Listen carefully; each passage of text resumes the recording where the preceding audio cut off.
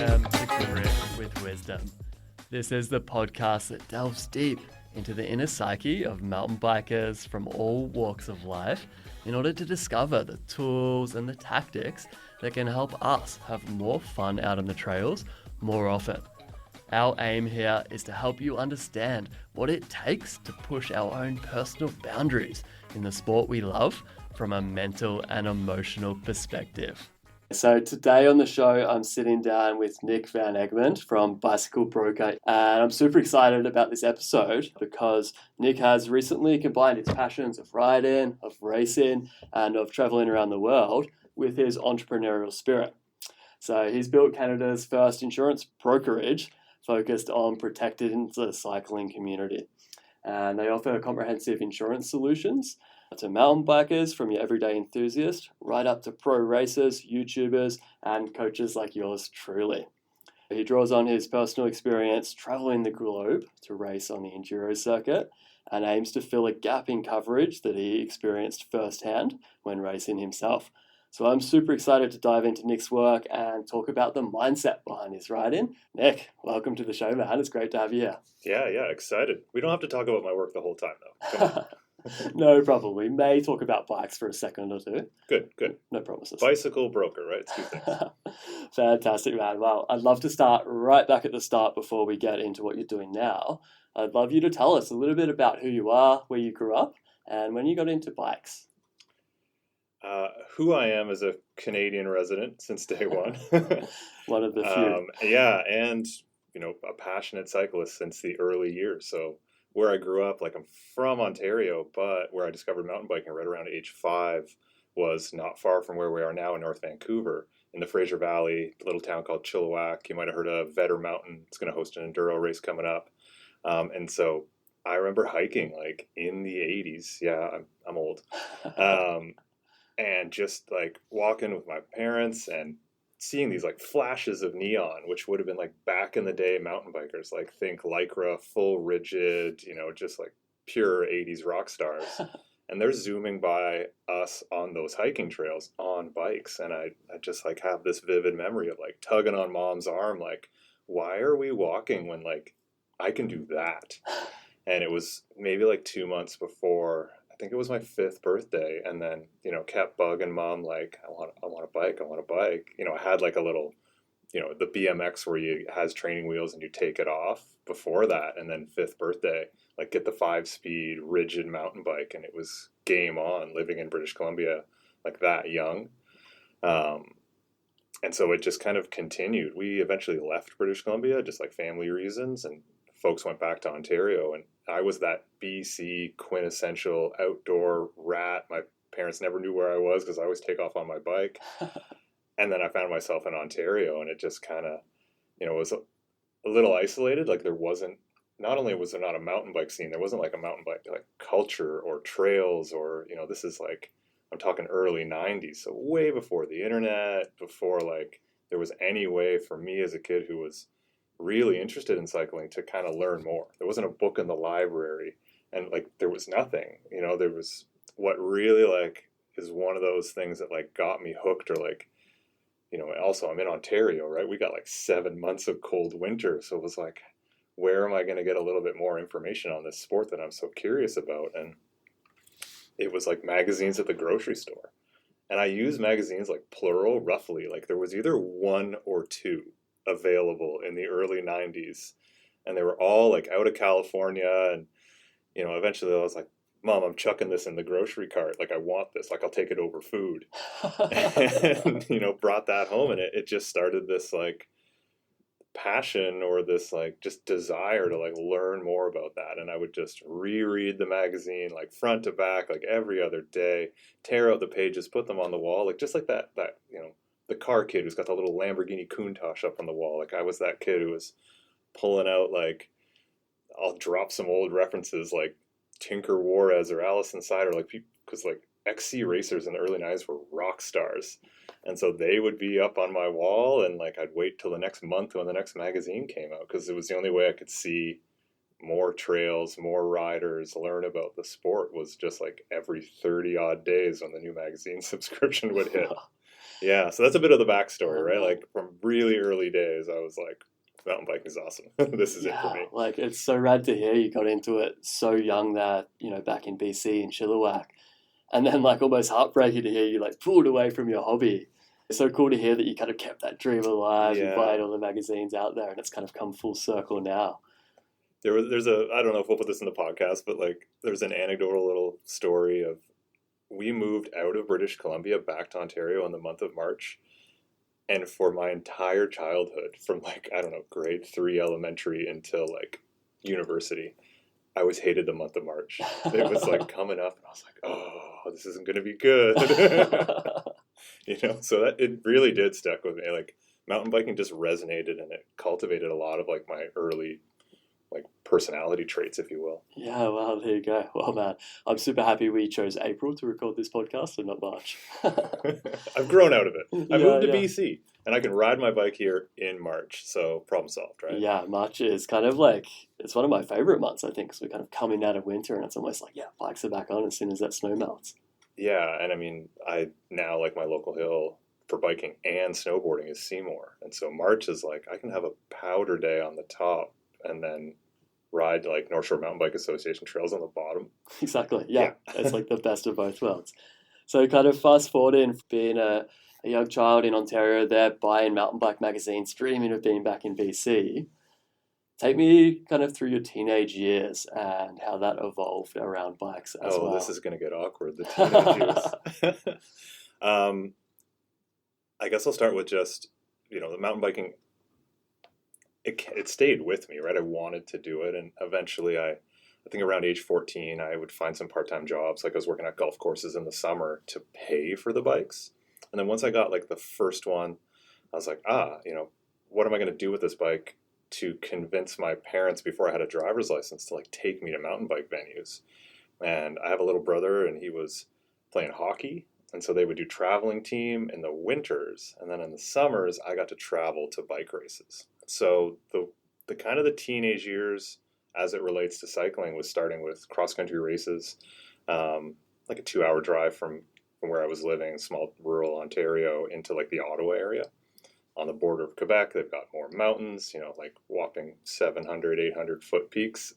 And so they were hosting like early cross-country races, eventually some downhill, and did that for multiple years. And did well, and found some early like sponsorships, and then as I kind of was getting towards like having a driver's license and being a bit more rebellious and punk rock, it was like, ooh, cross country doesn't necessarily fit that mold and that desire. And I was someone who was like, ooh, there's a crowd at this section of a cross country race. Like, I'm going to huck a little jump and do a turn bar, like something.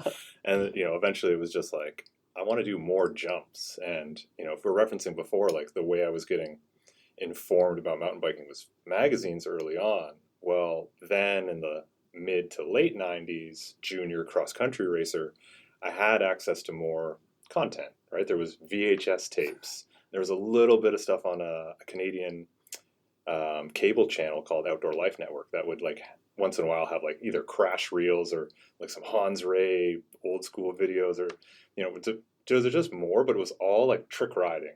And there was the dawn of people like taking their cross country or their downhill bike and riding street. And I was like, oh, there's new disciplines that I've yet to try, and I'm getting kind of bored of just like grinding away road miles and climbs and being this full Lycra cross country guy. So why don't I give that a shot? But working at a golf course and not having like true sponsorships, it was just like, why don't I try and retrofit my cross country bike to learn how to ride street, learn how to manual, like practice like bunny hops and all this stuff, right?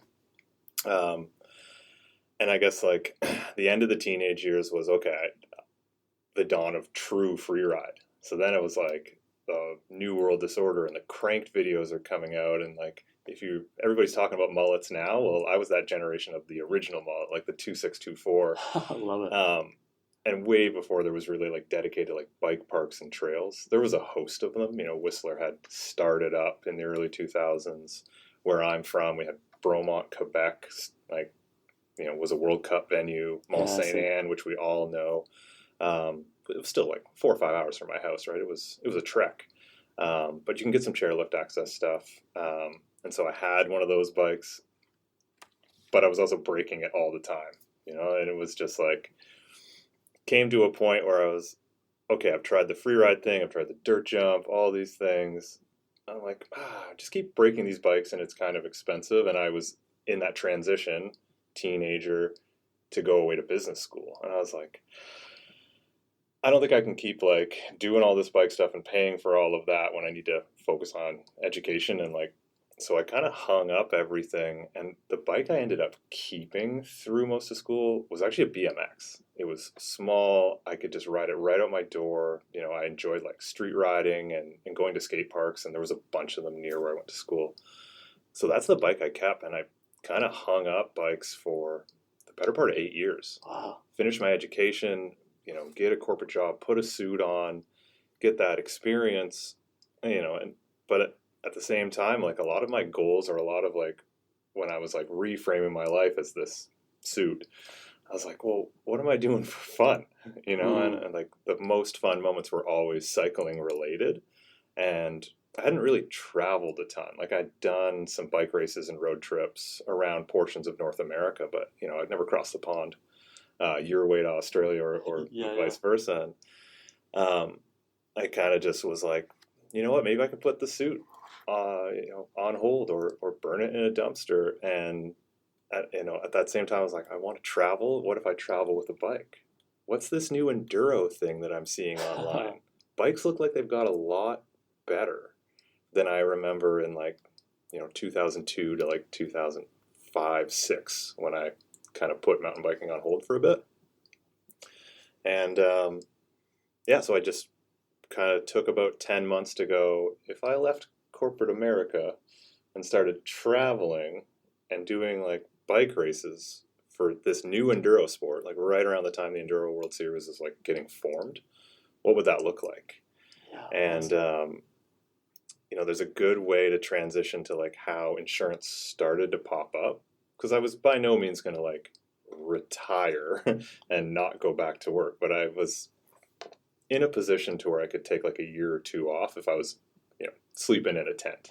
And I was like, game on, I want to do some more traveling, and I think this is the way to do it. Yeah. And man, I just want to stop you there and say, what an epic backstory.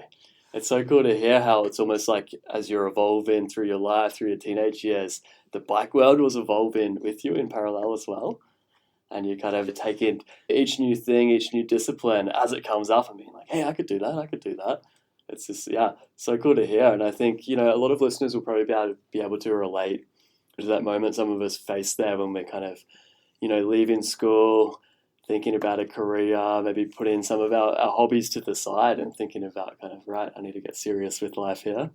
But then potentially kind of, later in the 20s, I know I definitely felt this. I was like, hey, I want to get back to doing some of those things I enjoy, and maybe the corporate life or kind of that professional life isn't so important to me anymore. So really cool to hear. So you mentioned thinking about taking a year or two off, maybe trying out enduro bikes.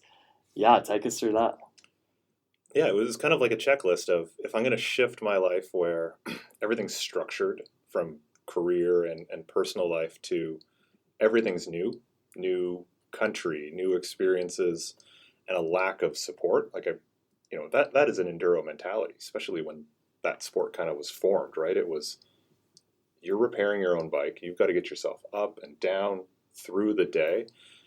And so I kind of looked at my life like that. And as I was going through that checklist, I did want to be prepared. I started to go, okay, well, I'm Canadian. What's going to happen if I'm pushing my limits? And, enduro at the time, I could just enter pro. And I was like, yeah, let's just try that. Awesome. Yeah.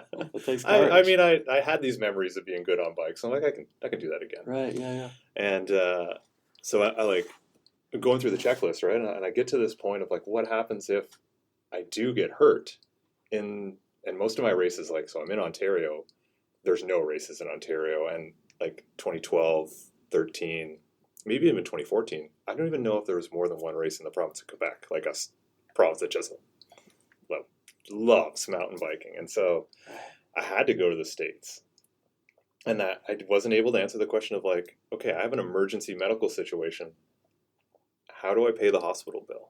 Yeah, and I think that's a question a lot of mountain bikers, even just a hobbyist, has today, especially living so close to the border here in Canada. Yeah. It's like, okay, yeah, I want to go down to Washington and ride my bikes. The trails are sick. I've been watching them on YouTube, but what happens if I crash down there? So, Yeah. continue on that. And it was because of the racing. Like, at least I was able to ask myself that question. Because, like, prior to deciding to go racing and, like, leave the corporate world, I had gone into a bike shop and, like, picked up, like, a newer free ride bike. And I was able to use my company car and my gas card and just, like, hit all these spots and, like, fall back in love with mountain biking. But then that very next year, I'm like, I'm pulling the trigger on the career. I'm going to get a second bike, not a free ride one that I can actually like sprint, lightweight, carbon, like one by for the first time. Oh, yeah. Oh, finally.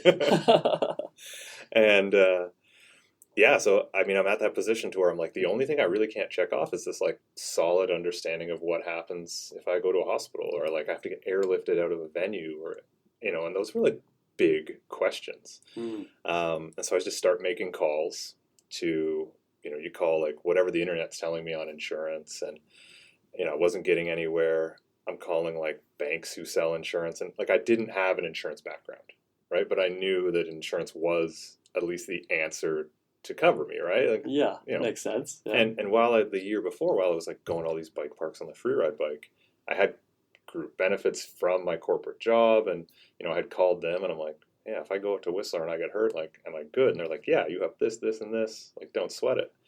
But then when I was leaving and I was on my own, I was freelance, if you will, or unemployed is a better term. Yeah, a profiteer. I didn't have any insurance, right? So I was like, I got to get some of this. But then there was nothing. There wasn't an online resource. There wasn't anybody to inform me. There wasn't a lot of like brokers I spoke to didn't even want to answer the question because they don't want to make a bad recommendation.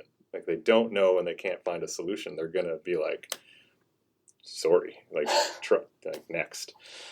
So you obviously looked at a lot of travel insurance. I know, when I first started traveling for snowboarding and mountain biking and stuff like that, like most of the policies omit injuries caused by extreme sports, right? So I guess you kind of there's always some of that. There was, I mean, this is around the time where there wasn't anything like that. Ultimately, 2014, through my own investigation and my own basic understanding of the insurance industry at the time, I didn't find anything. Right to like, making calls to like sport associations, provincial and like for federal. And they, because enduro, the sport I was going to do, wasn't yet a big thing. It didn't have a national champs, a World Cup, or, there was no EWS. It was like our programs and our support for athletes don't extend to niche, small activities. So, getting your kind of like athlete membership and getting UCI points and all that stuff, it didn't work. It didn't fit for me. Right. So I was like, there really isn't anything. Gonna risk it for the biscuit. Okay, that was my next question. Did you do it anyway? Yeah, I mean, looking back, maybe not the smartest choice of, okay, if I go to the hospital, I'm going to have to run out on the bill or whatever the thought path was. But I'm like, I got to do this. And, as a younger rider, were you able to kind of just put that in the back of your mind, or did it play into your mentality? We're here to talk about mindset today as well. I'm curious, did it play into your mentality when you're out there racing and kind of knowing that, hey, I'm down in the States racing my bike, I'm not covered, I can't go to hospital? Yeah, I'm going to say it affected me enough on the race line. I still did it. Still sent it? Yeah, but you just mentally don't want those burdens. You want to know that you're prepared fully, right? Whether it's, the bike is dialed, you've put the time in the off season, the gym, the skills, you've done a track walk. All those things play into it. And, as someone who was kind of returning to sport and just doing something crazy, I think early on there was just so many variables, and I was just learning that I was probably okay with it. Yeah. Um, but had I been like a seasoned racer from another discipline, just switching to this instead of like going cold turkey, yeah, it would have rocked me. Totally. Yeah, it's almost like what you don't know didn't hurt you back then, but now that you know better, ooh. Yeah. So you kind of went full into this. You committed to the racing thing down in the States, and you found your way onto the Norco Enduro team. Curious if you've got any favorite moments from that or a favorite story you'd like to share.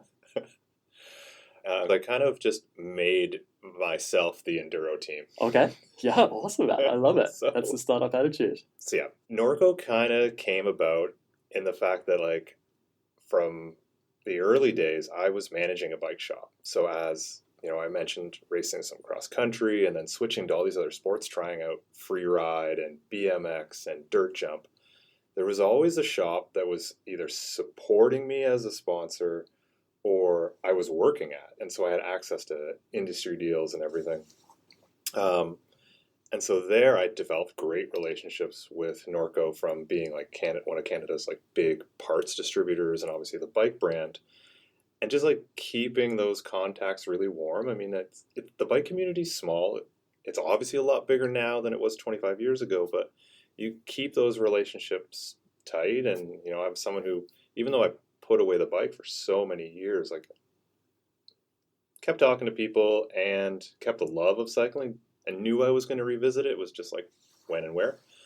And when I made that decision to like, I'm going to get back into racing, it's going to be expensive. You know, I wonder if I can get any support. Norco stepped up like with one email. Wow, that's awesome. One email. I didn't work at a shop. I had not put a race plate on for like, it was, I think, 8 years. Wow.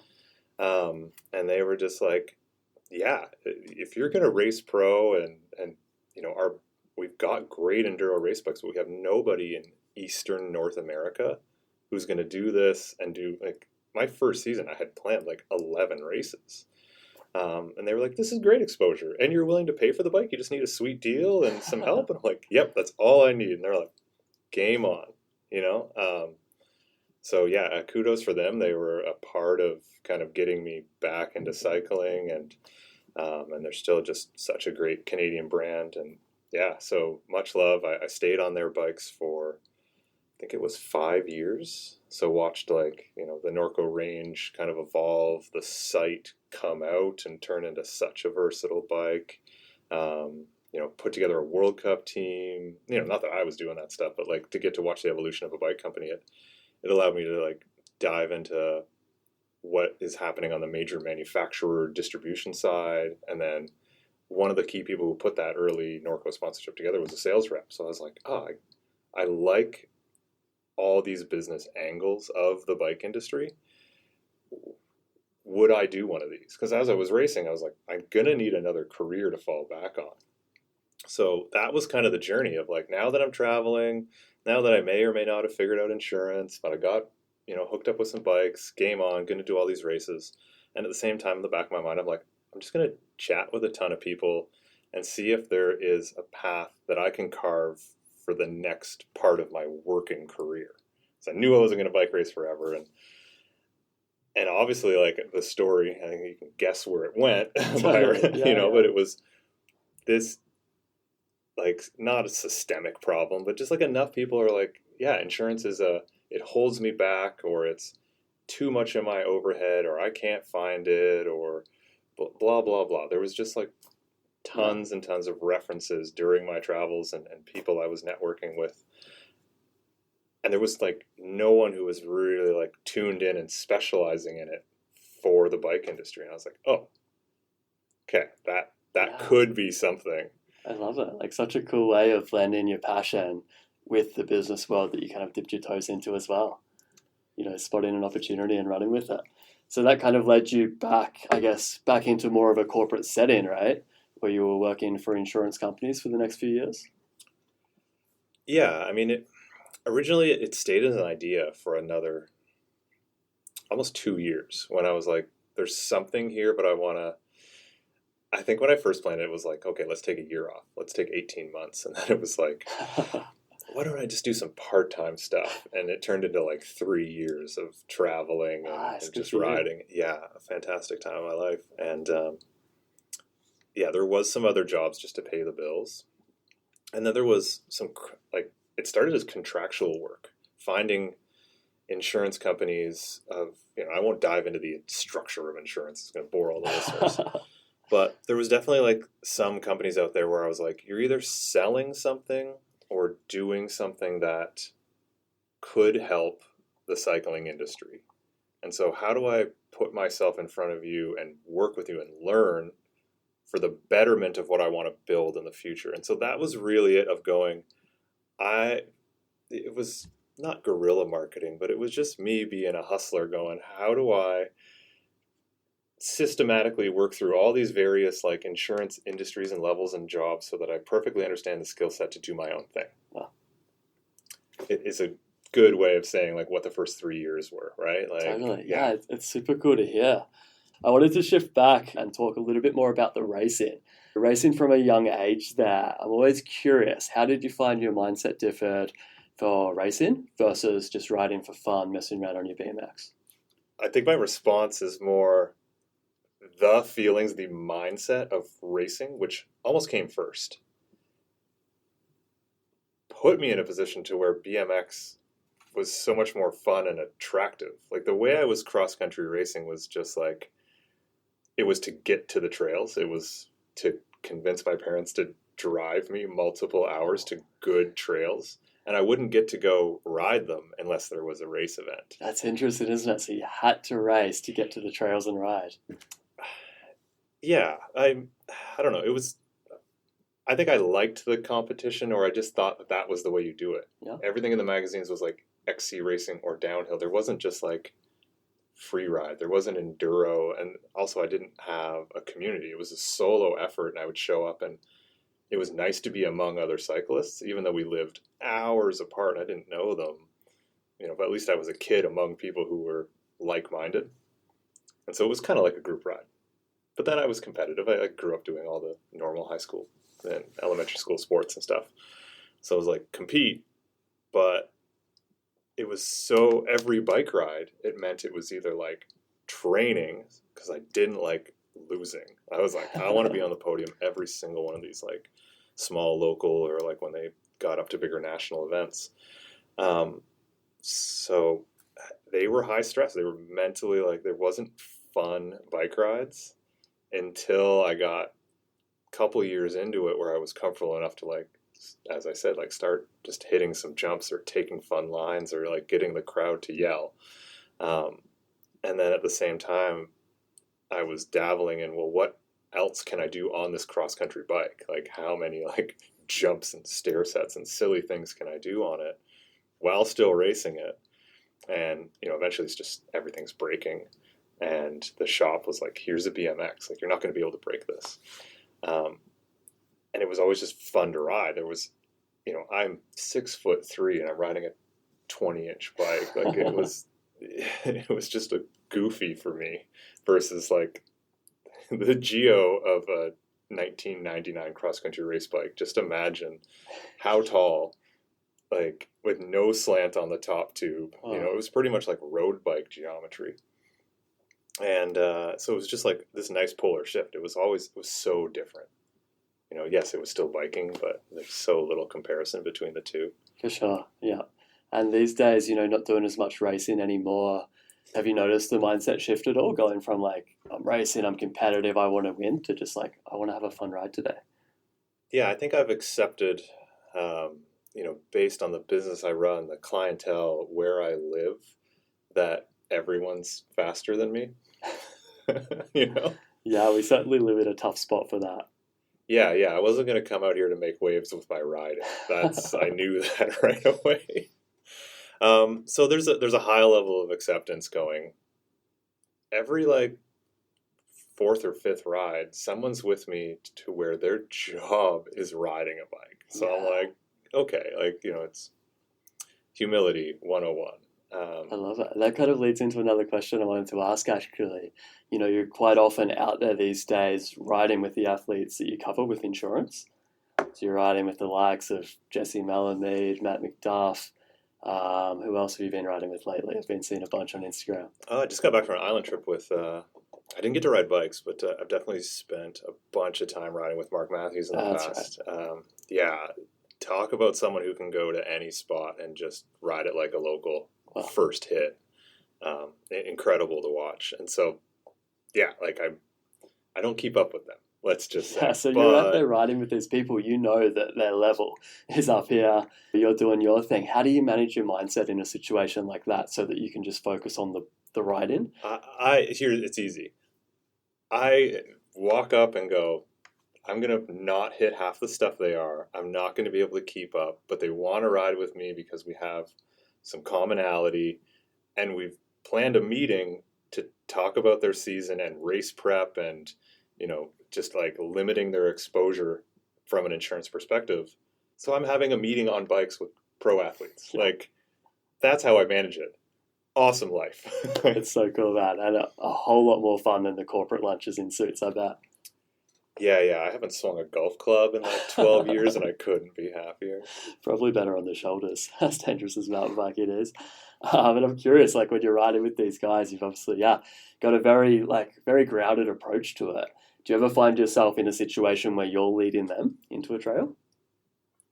Oh, for sure. I think people get it that, okay, I'm out with my insurance broker and we'll do the first lap to where, if I can keep up with someone even remotely, then there's that instant level of respect. And it's like, do you want to lead this one? Or, and I will generally say yes. I mean, if we go back to like some of my favorite moments in racing was not like your traditional enduro, but those multi-day races to where you're going to a venue and every single stage is blind. And so I still like to ride a trail bike like that. I'm fortunate enough now being here in BC and wanting to explore this province and all the various trail networks and getting to work with some of the associations, the event organizers, all these great clients that I'm rocking up to new trails. I don't know, 50% of the rides that I find myself on. So I've got to be able to ride blind, whether I got a pro behind me or, like I'm just like sampling some new trails or whatever it is. And I look back at I don't know if it was racecraft or just like that was the most fun is like those multi-day races. And there's a good story to share too about like kind of the impetus to how I got the industry and the business I built. Like one of those big things came from a blind multi-day race of like, what is it like when everything goes wrong for a traveling cyclist? Right. Yeah. Let's hear about it. So as I was doing the traditional enduro races, I was like, oh, let's mix it up. Like, what are some of these events that are either off season or get me to a new venue? And like, there was no way I was going to be like top 25 in an EWS. And so I started to see some of these like multi-day enduros, Trans BC being one of them, right? And I wasn't living in BC at the time. So that was a great race I got to do.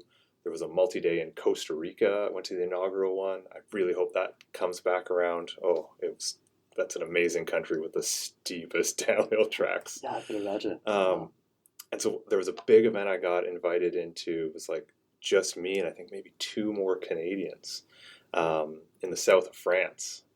And so that was a big one for me. I got my entry and got things lined up something like 10 months in advance. Wow. And I go, okay, game on. Let's treat this as the biggest race I'm ever going to do. I was also just getting aged out and people were getting faster. And I was like, I should get a job after this upcoming season. And so that's where the story of like, you can still prep everything for 10 months and have something go sideways. And it was the last time or the last example personally that I wanted to go through to validate getting into the insurance world. Because it was basically this. I've got sponsors helping out, sweet new bike, like custom race kit, all this stuff. And you're going to travel from Ontario to France for a multi-day event. You got to pack everything. You got to be perfect. And day one, no bike. No way. You know, there was like a strike at a airport, like my transfer, right? And so it was just like me and maybe two more people didn't get their bikes out of like, I think like 75 participants. Jeez. But then the other two were missing their bikes. They got it on day two, like being at the race venue, which was also day one of the race. So then I'm the only person out of a global field of professional athletes Oh my God. without this custom bike, without all their stuff. I had the backpack as my carry-on. So I had a laptop, like a bathing suit, I had nothing. And I'm at this global event, and I mean, kudos to the race organizers, because they're like, Nick, we were worried about this. Like, we heard about this kind of luggage strike. You're going to be able to do the event. You're just not going to be able to do it on your own bike and your own stuff. So imagine being under like a big tent, and they have all the racers, all the support staff, and over the mic, they're like, many of you may not know Nick from Canada, but you're going to get to meet him, and you're going to help him out. Anybody who's got spare gear, who's got spare anything, his stuff's probably not going to arrive. Oh, wow. And we're doing a race that's like, you know, packing up and moving through the mountains of south of France, like day by day. You know, like even if like my bags were found, they were never going to get to me. And so, you know, I'm on a rental bike. I'm in a women's chamois. I'm in shoes that don't fit. Like I'm like Ninja Toad. Oh. You know, these are aggressive trails. Like think about the classic French turns and like 200-degree switchbacks. I'm in like so more an like open hiking face trails. helmet and like I'm just in borrowed kit, Jeez, like man. the Joey on the scene. So how did this all kind of play into your mindset of like nothing's going to plan here? I'm still out and I'm trying to race. Rocked. Yeah. Just rocked. Like not in a good, Imagine. like angry. Yeah. You know, I was just like, I was prepped.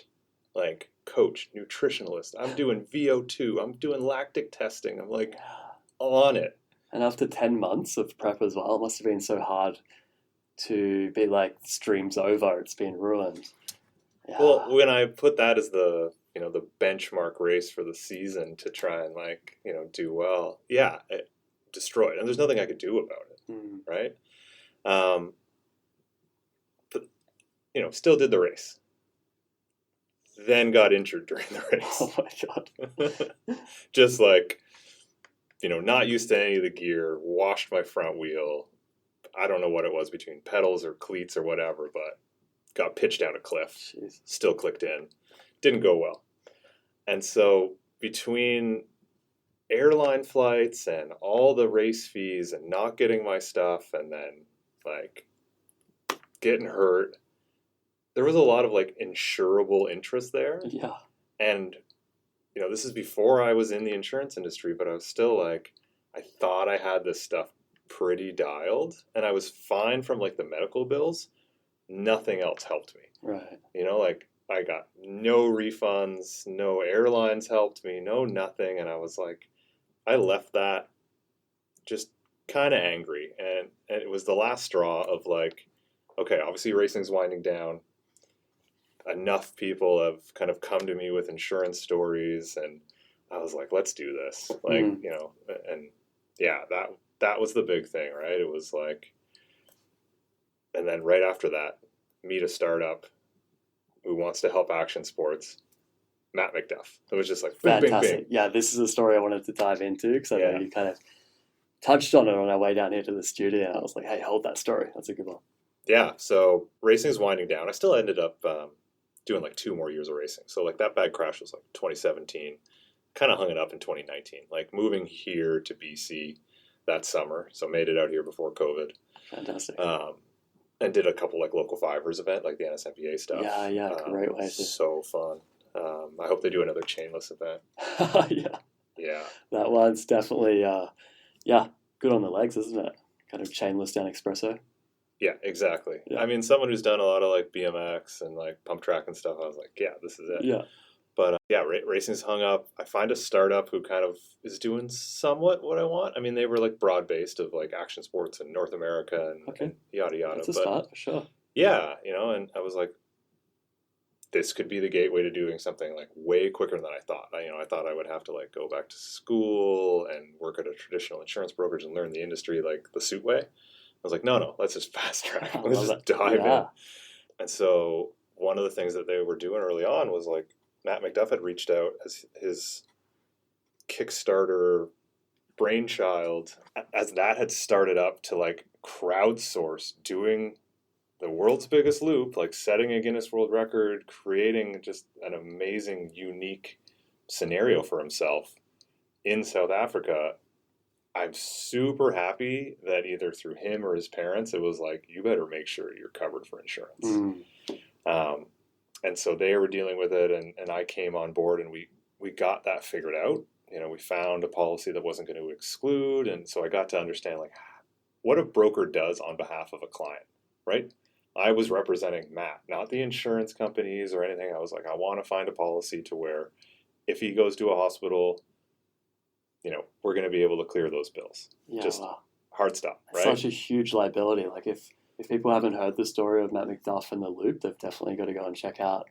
I think it was on the Brett Tibby podcast where Matt got interviewed and kind of dove right into the story behind building the loop, doing the loop, and what ended up happening there as well, which I'm sure you can dig into. I mean, it's a great YouTube rabbit hole, like from the behind the scenes footage, how it came together, like the rise and that crew of street riders were, that's where Matt started as a professional rider.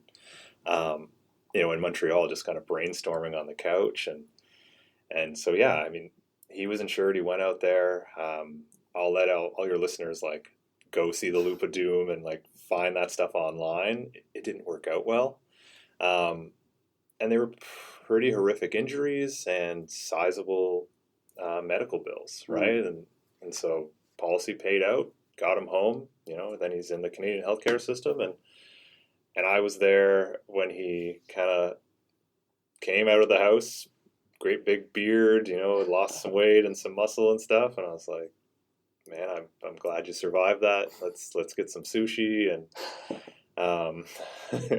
brought him out like a great big picture of, that I had got from the photographers that were out there on site in South Africa, and, had him sign it. And, we've been buddies since, like trying to, if we flash forward today, he's got himself some property. He's like landowner in BC. So kudos to Matt. Absolutely. Not only have you recovered from what is a crazy crash, like you've cultivated an amazing career. And now you've got a compound on the way. So, it's cool to help him with that. So that was, I guess, the story that we were talking about, like prior to recording, was just like, he was one of the first clients and was absolutely the first claim. And so for me, someone who wanted to make an impact with what I was doing in business in the protection of cyclists, to have that as the starting point to go, if I can figure out a policy for this wild one-off stunt for a professional athlete, I can find the insurance that they need. I can be that trusted resource, and then it's effective in use. Because I had been the test dummy before that. And I'd found insurance that was going to work, but then every time I had it, nothing happened to me. And I'm happy about that. Like, insurance is a weird good thing, but it would be nice to know if this policy actually works. Yeah, then on the mental side of it, it is a nice peace of mind to have, going, okay, I've got that. Like, there's a level of trust. Nick did the research for me. He answered all of my questions, and so now, like, good. I'm not worried about that. I'm going to go do my crazy stuff. Totally. Yeah. Able to focus on the riding, which is great. So, yeah, you've obviously got this, great and varied racing background. You've ridden with loads of cool people through your work doing the insurance stuff, but you're also doing loads of just like after work rides and rides for fun these days as well. So I'm curious, through all this learning over the years, have you discovered any kind of mental tools or techniques that you'll use these days to get yourself into a good state of mind for riding? Yeah, I would say getting out on the bike is that mental shift. Like acting as a CEO and building a nationwide insurance brokerage, like it's always going to be stressful. Like I get that. I'm passionate about that part of the career. But getting out on the bike and the way I ride, like the more technical terrain, whether it's hitting some jumps, the North Shore stuff, it's so technically demanding that I can just tune out everything else. Because if I'm not focused on the trail ahead, I'm going to crash. Mm-hmm. It's just that straightforward. I can put the workday aside and go out and have a demanding ride, whether it's like a big climb or whatever. It's always just been a nice mental pause for me. Whether we call that like, is it meditative? Is it like just a different flow state? It's relaxing for me, just getting out on the bike. So the challenges in my life are just like riding enough. Just getting out on the bike. And do you find a kind of difference when you say pedaling up to do the lap versus doing a shuttle lap? Yeah, absolutely. When I spoke about being able to like tune things out, it's instantaneous. I have to put in no work on the downhill side. It is just like, make sure my climb switch is off and go. Yeah. There's a lot of self-talk still. Like I'm climbing up the hill and I'm like wanting to check my email, and I'm often very chatty on the climbs as well. And if someone's going to start talking business, it doesn't ruin the ride, but I honestly, the climbs are harder. Yeah. Like if I'm just out there to have a ride and like maybe push and really elevate my heart rate and not be blabbing about work or thinking about it, like the climbs are better when it's just like grueling and focused on the ride. Yeah. That totally. same thing of the downhill, like I can shut everything off, because if I don't, I'm going to crash. Yeah, man, it totally makes sense with me. And I can relate because, if you're just riding bikes, you get into a release, like a mental release, and the physical exercise. Whereas if you're riding bikes and talking about work, it's like your brain's trying to do two things at once. So, yeah, it's naturally going to be harder work. It makes sense. Yeah. Multitasking doesn't work. No, not at That's all. a myth. And I think that's why, riding techie terrain or something that's challenging for you is such a good technique, like you mentioned there, because it does require 100% of your focus. It's like it's a great way to forget about anything else that you don't want to think about for a little bit. And what does your self-talk look like these days? If you're riding, maybe things aren't quite going your way, you're not hitting the features that you usually hit. What does your self-talk look like there? Yeah, I mean,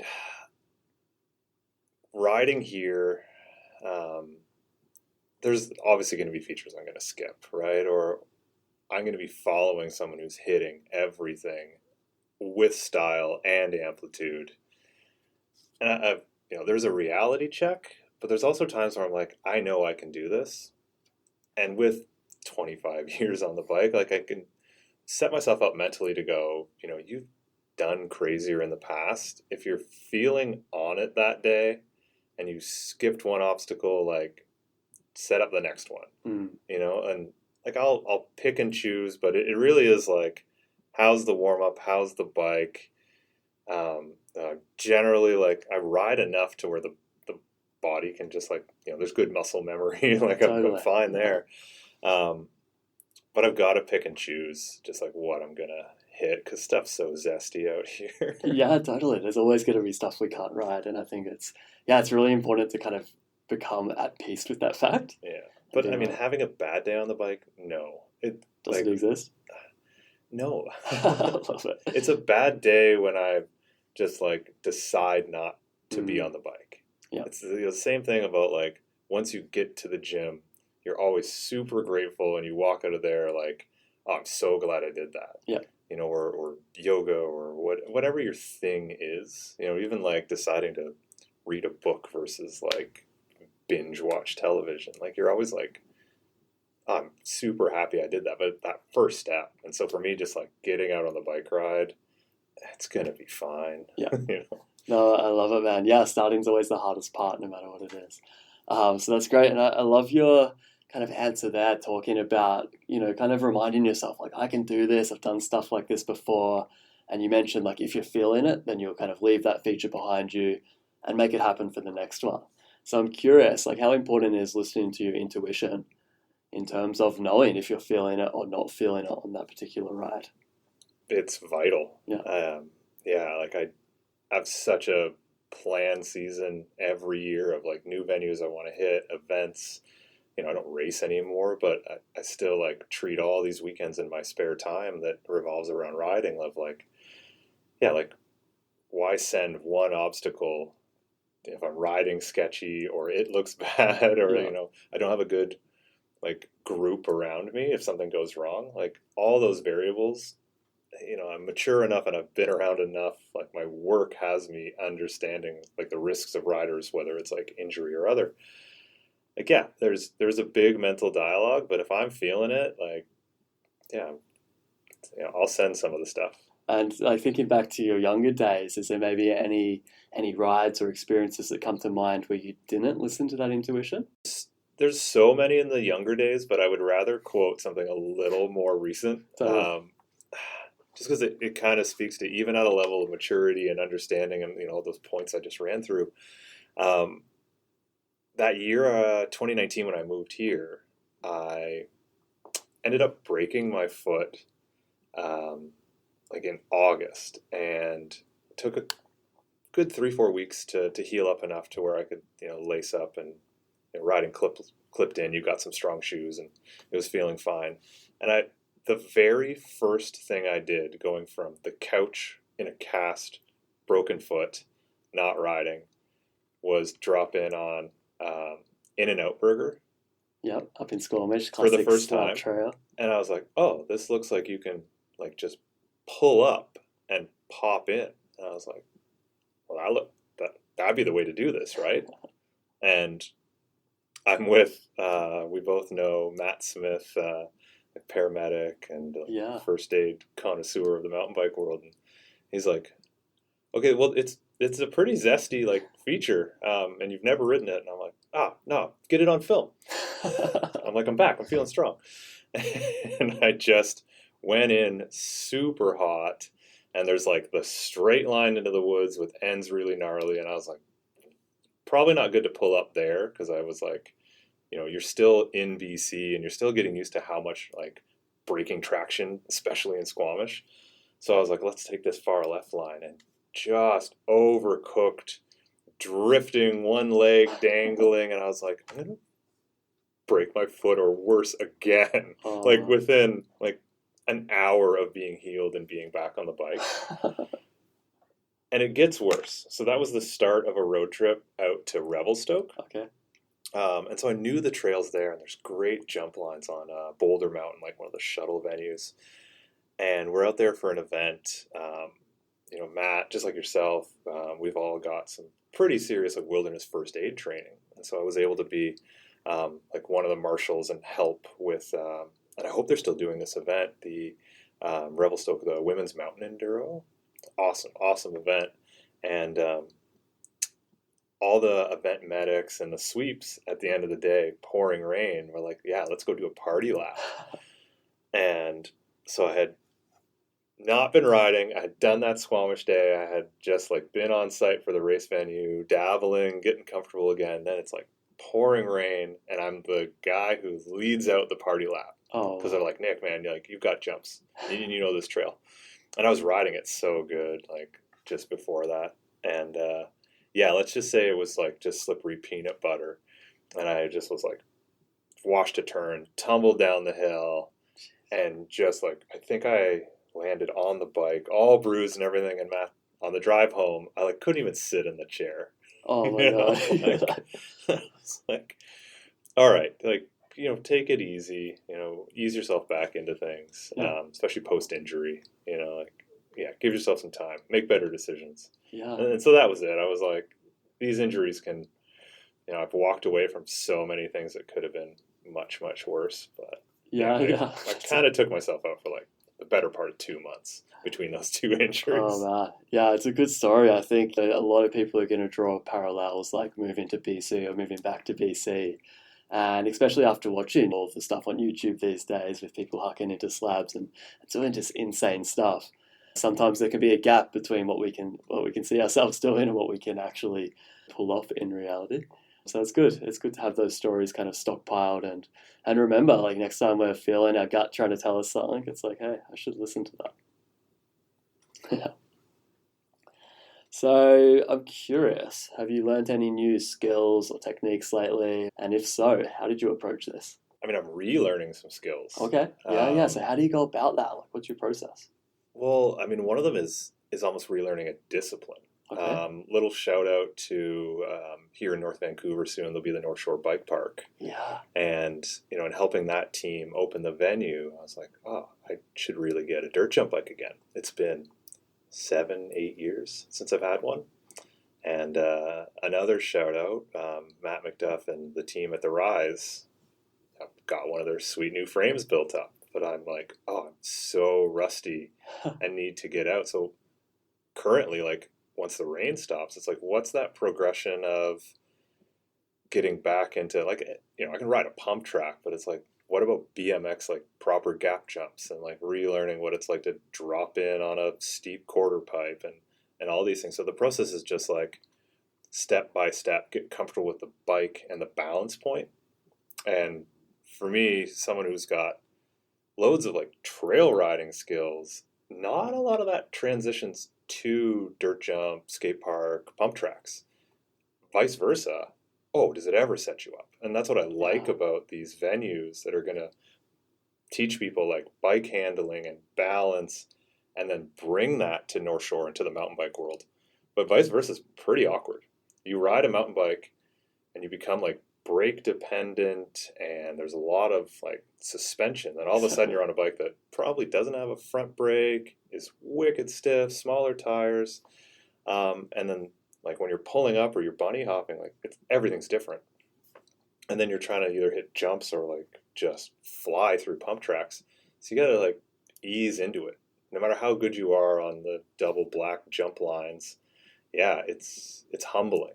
And so that's where I'm at, is just like, let's get pump tracks going again. And can I manual through those sections? And am I going to pull up on some of the doubles? And how does that feel and what the progression is before it's like, jumping spines and box jumps and whatever is the end goal with me being back on a hardtail, like, oh, am I ever easing into it? Man, that's rad to hear. Yeah, such a good way to practice mountain biking skills on a bike with like minimum equipment. It's as close as mountain bikers we can get to like the soccer analogy of you just need, a ball. Yeah, totally. Yeah, simplify things and focus on the technique. That's a great way of learning. And I know, we're here talking about mindset and mountain biking. I think one of the most common emotions or things people feel out there on a mountain bike or on a BMX is like fear. So I wanted to ask you, what is your relationship with fear when you're riding? Oh, I think we're homies. Yeah, I'd say my work life and I think I have more of a fear of failure from a business perspective than I do at the race line or skipping an obstacle. Definitely not afraid of crashing, because I know I've put in the work and I've like made those good decisions, and I keep the bikes dialed and try and keep mind and body in good shape. So there's relatively low fear when on the bike. Yeah. I fear being off the bike. Me too. I fear it being stolen. Something like, obviously I'm trying to do what I can from a business perspective to help on that front. But yeah, there's not a lot of fear when I'm on two wheels. That's great. Yeah. So preparation, I think, is like the number one way to reduce fear, to reduce anxiety, all of these things when we're on the bike. So, man, such a grounded answer. And I wanted to ask, you've had the opportunity to ride with some pretty amazing people, to meet all kinds of people across the mountain biking industry. If you had to choose maybe just like one bit of advice that a mentor or that someone you've met has given you, what would it be? Oh, it's got to be, I'm still living it every day. And it was the advice of, if what you were doing was easy, someone else would have already done it. Totally. And that resonates through big picture stuff right down to like just getting through my inbox. Yeah, totally. Yeah, exactly. Like sometimes it's not meant to be easy, but that's what makes it a challenge and that's what makes it fun. Not necessarily for emails, but I'm thinking more for a bike side of things. Yeah, that's true. I mean, there's not like a traffic jam at the toughest slabs in Squamish, right? Yeah, exactly right. So you've kind of already touched on it already, but I did want to ask if you have like a motto or anything you repeat to yourself to keep you grounded while you're riding.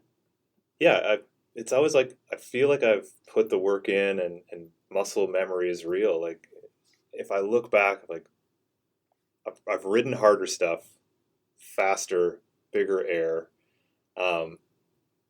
And so the motto is just like, you're going to get through this because you have before, and you've probably done it in worse shape with less prep on a way worse bike. And, that gets me through a lot of, experience and where you are now. And if you're going to send it, you're prepared. Fantastic, man. Yeah, great reiteration there. And I wanted to talk here a little bit about crashes or setbacks, because I know a lot of mountain bikes experience things like this at some stage in their riding career.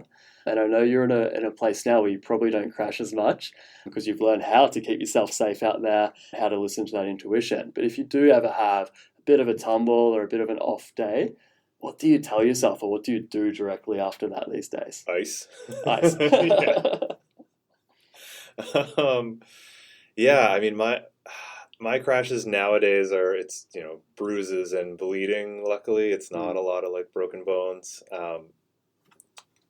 So for me, I don't have this like total ritual of ice baths or jumping in cold water and all these resources. I don't have a big supplement plan. I think it's just like, take the time your body needs. If you can just like do some stretching. Yeah. I mean, I'm also fortunate enough that there's like some support pieces built into the way I act as a resource to my clients. I've got great physio. There's some folks who are like connected to me through a business perspective virtually, who will chime in if they're not available, or in person. So depending on the severity of the injury, like, do I need third-party recommendation on what I should be doing? Do I have enough of a knowledge base? And I mean, if I'm going to be on the couch, like, it's good that I can work remotely from the couch, and that's fine. It's like, oh, okay, I'm hurt for a little bit. This is tight or broken. Great, I'm going to put some time into the business. Yeah. Well, that works for me. Always looking at the positives. I love it. So say you're kind of midway through the ride, the crash or the tumble isn't too bad, but it's enough to kind of annoy you and put you in a bit of a negative frame of mind. Do you have any techniques you'll use to refocus yourself so that you can keep on riding, keep on having a good time? Yeah, not wanting to ruin the vibe of the ride. Like, if I can push through whatever it may be, body injury, bike mechanical or other, and then deal with it like when we're back at the car or back at home, it tends to be the better scenario. Right. And does that go for just when you're riding in a crew of other riders, or is that solo rides as well? I can't say I do a ton of solo rides. The lack of like cell signal and me not wanting to carry an inReach and the technicality of the terrain I'm on these days, like, yeah, the only solo rides I do are pretty chill, and I bring my little dog, and I'm between like her speed and pace as I try and get her to be a better trail dog. Those rides are, yeah, the likelihood of something bad happening, knock on wood, but it should be fine. Totally, man. Yep. That's a good, it's a good approach for sure. So yeah, you mentioned some of the projects you're working on before. You mentioned the North Shore Bike Park, which I'm super stoked about. I think it's going to be a great asset for the community. So awesome to hear you're working on that. But I did want to ask you, is there any other cool projects you're currently working on that you wanted to chat about today? Yeah, I'd say it's the evolution of what I'm doing with the full-time job from the insurance industry. There was this question that came up a lot through my career as I was working with people who are traveling. You're coming here to do an event, or vice versa, going to go to Spain and try the trails there. And I would instantly have an answer for them, like for their travel insurance, right? That was pretty easy. Figured that out early on. That was like the Matt McDuff, type of insurance that we put together. But people were always like, what about my bike? They took that way more seriously than covering themselves. Even though, like, from just like the dollar value, like, I don't care how expensive your bike is, you are always worth more. Totally.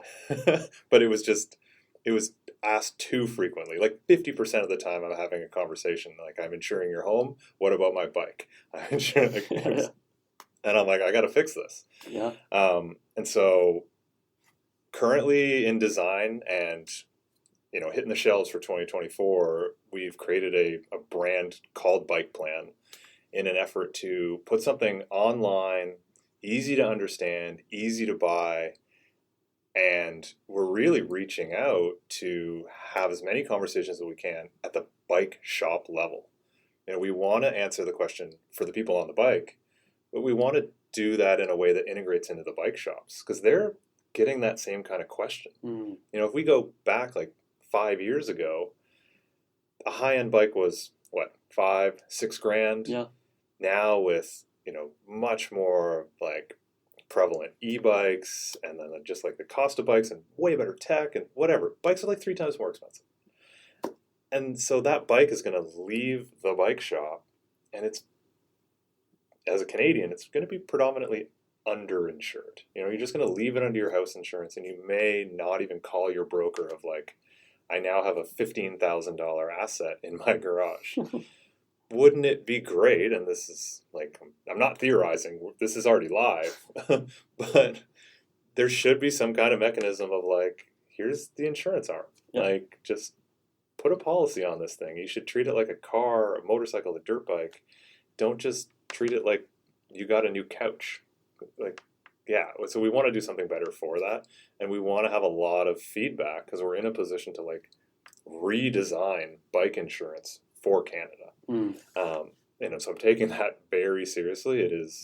That's like the project that I will do with this company. I love it, man, because it's something, every single day I think on the local mountain bike Facebook pages, another bike goes missing, especially around downtown Vancouver. So it's definitely something, that's worth thinking about, that's worth protecting. And I think, it's cool that someone that understands the mountain bike world, a mountain biker, is making this just like super easy so that we don't have to think about the details. Yeah. Like you say, we can buy our new bike, we can buy some insurance with it, just like we'd buy a helmet with it, and we can go hit the trails. Well, and I'm a big advocate of the proactive things. I think you are as well, right? You're going to go out on a ride, and if something bad happens, it's obviously good to have first aid as that layer. You're protecting yourself because you can educate your friends on what to do if they don't have a knowledge base, but you can also protect your friends on the ride.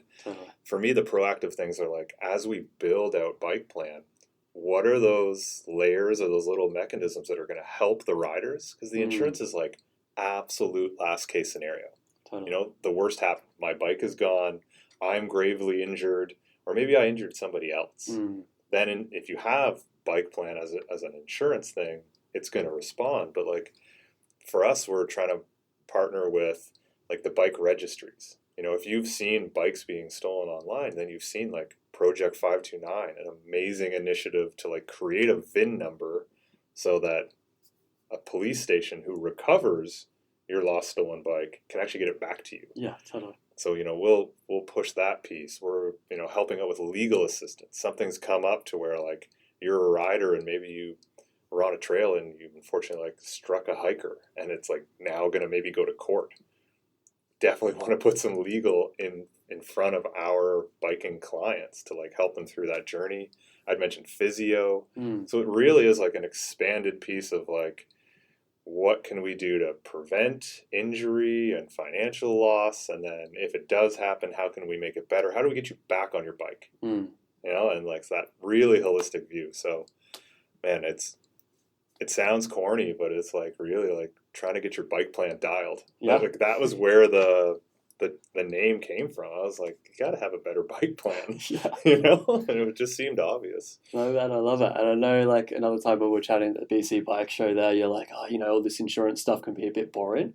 But it is that whole cliche of like the boring stuff allows us to do the fun stuff or focus on the fun stuff, which is the riding. So yeah, like you say, we get a bike plan, we get everything else sorted. We can tune out to all of that and just ride. I love it. Yep. Good stuff, man. We're going to start winding down things a little bit here so that we can still get out and get a ride in some of this sunshine we've got today. Final question I wanted to ask here is, who do you look up to in the mountain biking world?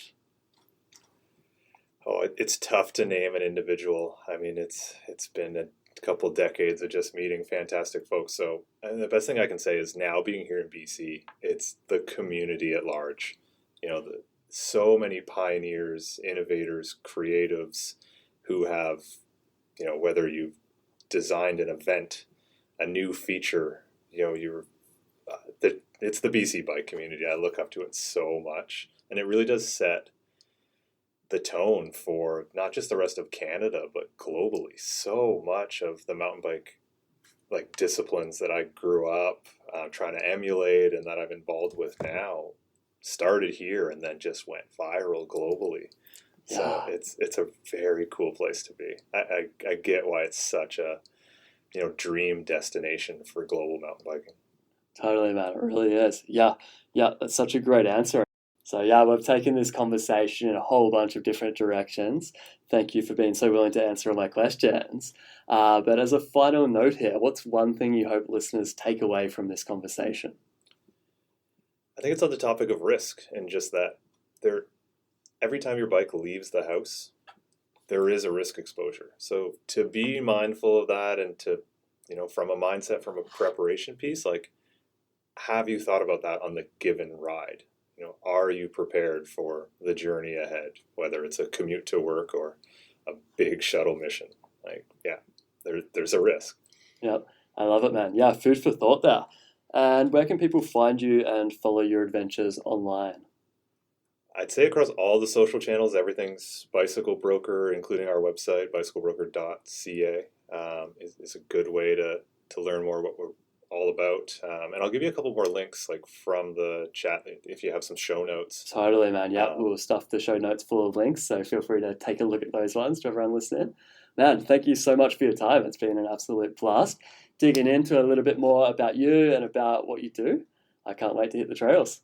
Yeah, done. Let's go shred. What's up, guys? Just one last thing before you hit the trails.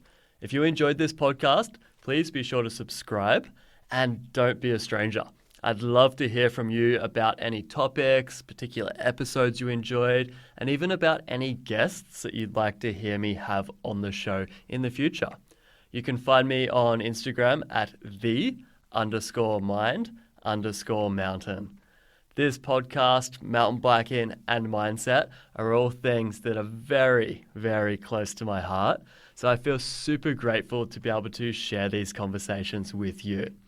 Much love to you all for taking the time to listen. See you next time.